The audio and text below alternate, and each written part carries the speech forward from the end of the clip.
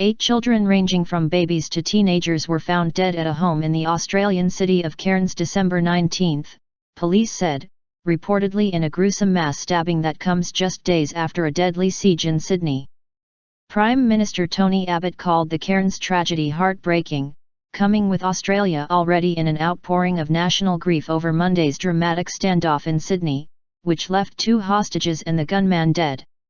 All parents would feel a gut-wrenching sadness at what has happened, he said in a statement.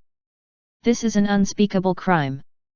Cairns police said they were called to the scene in the northern city and found the bodies of the children, aged between 18 months and 15 years.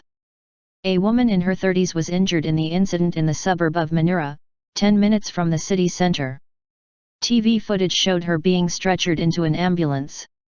Police said she was in a stable condition in hospital and assisting detectives with their inquiries, but was not in custody. Cairns is a tropical city with a population of more than 150,000 people and is popular with international tourists as a gateway to the Great Barrier Reef, one of Australia's biggest tourist sites. Only a day earlier, a Melbourne man was jailed for life for smothering to death his 2 daughters, aged 3 and 4, in a move the judge said was aimed at punishing his ex-wife. In the latest tragedy, the Australian Associated Press cited the injured woman's cousin, Lisa Tide, as saying the children were all siblings and the woman was their mother, although this was unconfirmed. She said a 20-year-old man arrived home to find his siblings dead inside the house. I just can't believe it.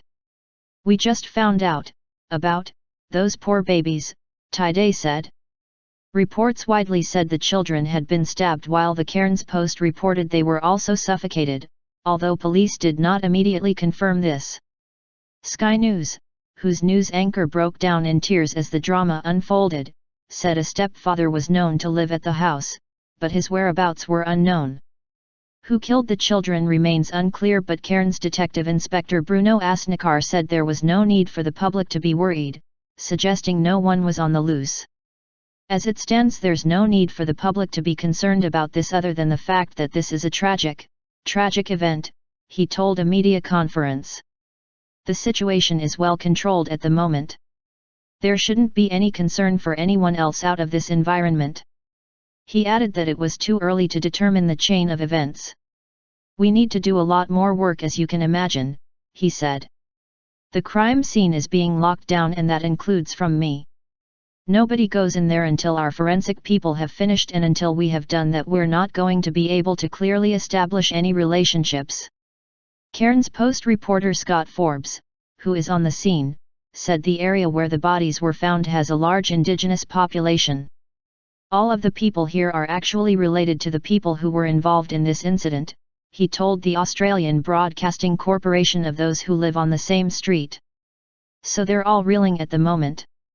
But telling us that she was a very, very protective, very proud mother who loved her children dearly. Local resident Rebecca Levers tweeted, "Horrible to come out of our house and hear this, that children are involved. Devastating." A couple who live around the corner said they did not feel safe in the area, and it was not uncommon to hear fighting and drinking at night. It's pretty scary. Oh my God, the man, who did not want to be named, told reporters.